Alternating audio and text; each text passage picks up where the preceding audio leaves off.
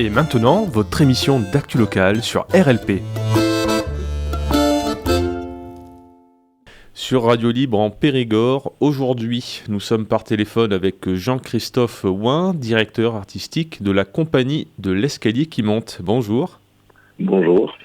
Vous êtes avec nous aujourd'hui pour nous parler de votre compagnie qui sera prochainement présente en Dordogne et pour nous présenter 2 spectacles qui auront chacun plusieurs représentations.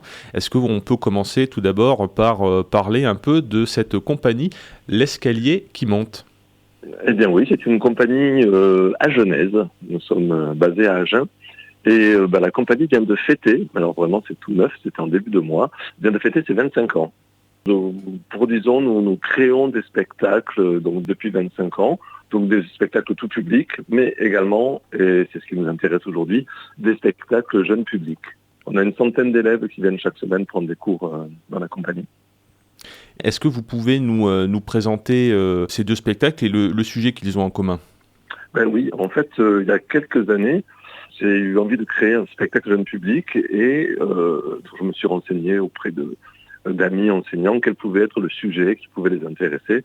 Ils m'ont dit, mais les écrans, on a un gros problème avec les écrans, et alors j'étais un petit peu surpris parce que, à titre personnel, je n'ai pas de télévision, donc je me dis, mais ah ouais, mais tant que ça. Et alors j'ai pris de la littérature et je me suis rendu compte qu'il y avait un énorme problème effectivement avec les écrans, avec les smartphones, avec les ordinateurs, les téléviseurs. Et donc j'ai écrit un spectacle sans parole pour les 6-10 ans autour de ce thème de la surconsommation d'écran. C'est un spectacle qui ne juge pas, qui invite à réfléchir, justement, qui invite les enfants à réfléchir, à prendre conscience en tout cas du temps qui passe devant les écrans. Et qu'est-ce qu'on pourrait faire d'autre, qu'est-ce qu'on pourrait imaginer plutôt que de rester devant son téléviseur ou devant son ordinateur. C'est à destination seulement des enfants ou c'est aussi accessible, ça peut parler aussi aux adultes ? Moi je suis toujours très intéressé quand les adultes participent aux représentations, parce que les parents, en l'occurrence, sont quand même aussi responsables du temps que passent leurs enfants devant les écrans. Donc c'est toujours intéressant de pouvoir avoir cette discussion, de pouvoir en discuter avec les enfants, avec les parents. C'est toujours plus riche. Le spectacle s'appelle « L'étrange vie de Matt la lucarne ». Et suite à ce spectacle, l'Éducation nationale m'a demandé de réfléchir à un spectacle pour les collégiens. Et donc j'ai eu l'idée de créer un 2e spectacle sur le même thème, mais plus là sur les réseaux sociaux. En fait, l'idée c'est d'expliquer aux jeunes, donc plus les 10-15 ans là cette fois-ci, d'expliquer aux jeunes comment Internet, les réseaux sociaux les maintiennent connectés. Tout ce qui est mis en place en fait pour qu'ils restent connectés et comment ça fonctionne. Parce que je pense que c'est la meilleure façon de lutter un petit peu contre les addictions, c'est de comprendre comment ça fonctionne. Et voilà, donc j'ai créé un spectacle cette fois-ci interactif où les jeunes, avec leur téléphone portable, vont pouvoir influer sur le cours du spectacle en fait. On a créé un programme et ils vont recevoir des informations pendant le spectacle sur leur smartphone et ils vont pouvoir aussi, on va leur demander leur avis, ils vont pouvoir voter et en fonction de leur vote, le spectacle va évoluer d'une façon ou d'une autre. Ces 2 spectacles sont créés depuis combien de temps ? Alors, l'étrange vie de Matt la lucarne, donc pour les 6-10 ans, c'était il y a 4 ans. Et là, depuis 2 ans, tourne la numérique vie de Monsieur Lix. D'accord, donc vous avez pu faire évoluer le projet selon des choses qui vous ont été demandées par le ministère. Oui, absolument. L'écriture, le projet n'a pas tellement évolué, on a travaillé sur l'écriture ensemble, en fait, avec des services de l'éducation nationale.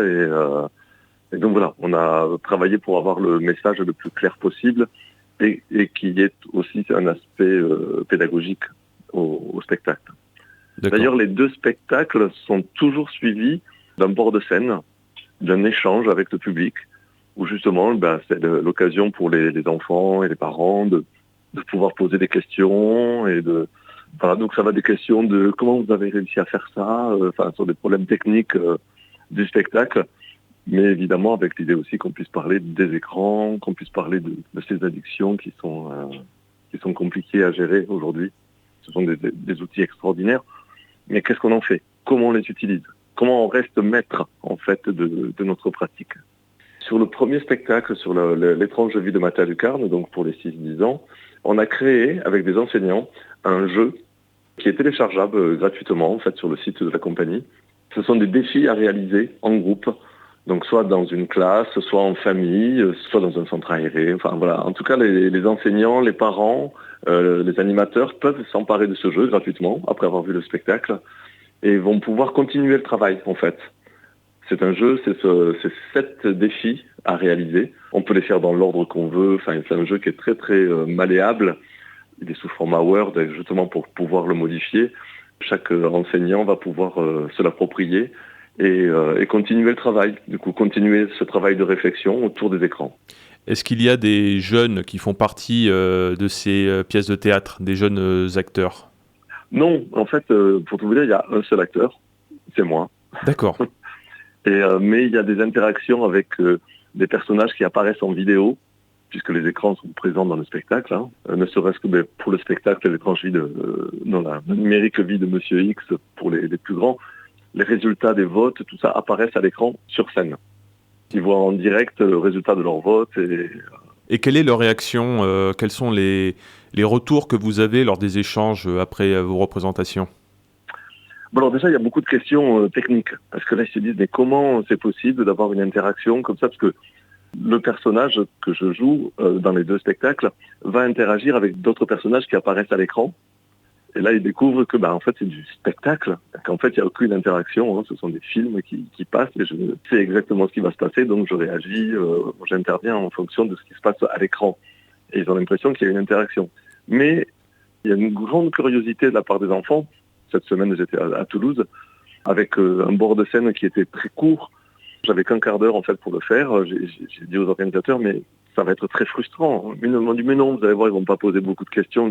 Vous allez voir, ça va être très frustrant. Et effectivement, il y a beaucoup de questions après le spectacle. Et c'est toujours des moments que j'apprécie beaucoup. Parce que on se rend compte que là, il y a une prise de conscience quand même de la part des enfants, des jeunes, qu'il y a quelque chose qui ne va pas. Ils s'en rendent compte. Oui. Je crois qu'il y a un travail qui est fait aussi au niveau des médias, tout ça, où on en parle de plus en plus. On ne peut pas dire qu'on ignore les problèmes. Il y a quelques années, il y a eu une génération un petit peu sacrifiée parce qu'on n'avait pas conscience des conséquences des écrans sur le développement du cerveau des jeunes, des enfants en particulier. Et là, aujourd'hui, on ne peut pas dire qu'on ne sait pas. Tout le monde le dit aujourd'hui. Il y a un vrai problème et ce sont les écrans qui en sont responsables. Et vous avez beaucoup de classes de jeunes qui viennent voir ces représentations? Oui, on est à plus de 150 représentations. Enfin, il y a une demande d'outils aussi, de la part des pédagogues, de la part des enseignants, de la part des parents. Il y a quand même, ils sont un petit peu démunis par rapport à tout ça. Donc il y a vraiment une demande. Et puis là, c'est original en plus. J'interviens dans beaucoup d'écoles, mais aussi auprès d'associations qui œuvrent sur ce sujet. Je pense aux promeneurs du net. Il y a quand même pas mal d'associations qui se sont emparées de cette problématique, mais qui manquent d'outils. Ou en tout cas, maintenant, il commence à y en avoir, mais voilà. Là, on est sur un outil original, c'est du spectacle, ça parle, c'est vivant, donc ça fonctionne très très bien. L'année dernière, on était même la première année ou la deuxième année, on était à plus de 3000 enfants qui avaient été sensibilisés, quoi. Et la question qui me vient là, c'est est-ce qu'on fait appel à vous ou c'est vous qui choisissez des dates et par rapport à ça, c'est les écoles qui décident de venir vous voir ou alors peut-être le ministère vous dit tiens, il y a telle école qui aimerait...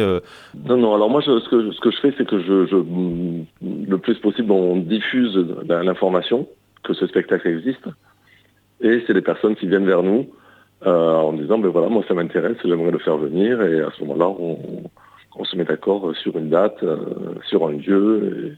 Mais je tiens à dire aussi, parce que je viens en Dordogne, aussi parce que la préfecture a donné une aide pour pouvoir tourner ce spectacle dans le cadre de la MILDECA, mission interministérielle de lutte contre la délinquance et les conduites addictives.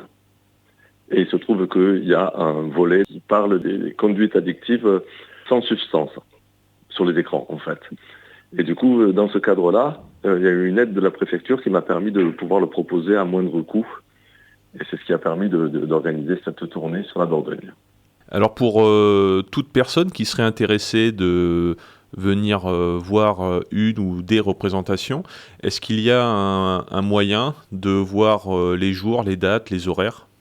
Alors là, je suis un peu embêté parce que je pense que nous, la compagnie, on ne doit pas être à jour sur notre site internet, mais je vais peut-être pouvoir vous les donner.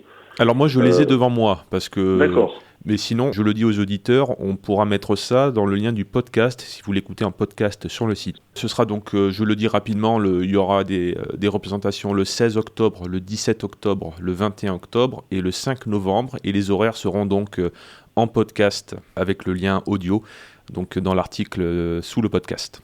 Et donc ce sera gratuit, puisque la plupart sont organisés par des centres de loisirs ou des associations.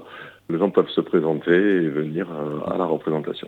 Eh bien, je vous remercie. Alors, Jean-Christophe Houin, pour les auditeurs, donc vous êtes directeur artistique de la compagnie de l'Escalier qui monte et l'acteur qui joue dans ces 2 pièces de théâtre, donc L'étrange vie de Matt Lalucarne et La numérique vie de Monsieur... Ah, j'ai pas le... X. Monsieur X. X, oui. D'accord, ça se prononce comme ça. Mais ça s'écrit H-I-C-S-E. Et pour la petite histoire, le spectacle a été créé juste avant que le fameux réseau s'appelle X, que le réseau des petits oiseaux. Voilà. C'est pas moi qui ai copié, voilà. Concours de circonstances. Absolument, absolument. Eh bien, merci beaucoup. Mais merci à vous. C'était votre émission d'actu locale sur RLP.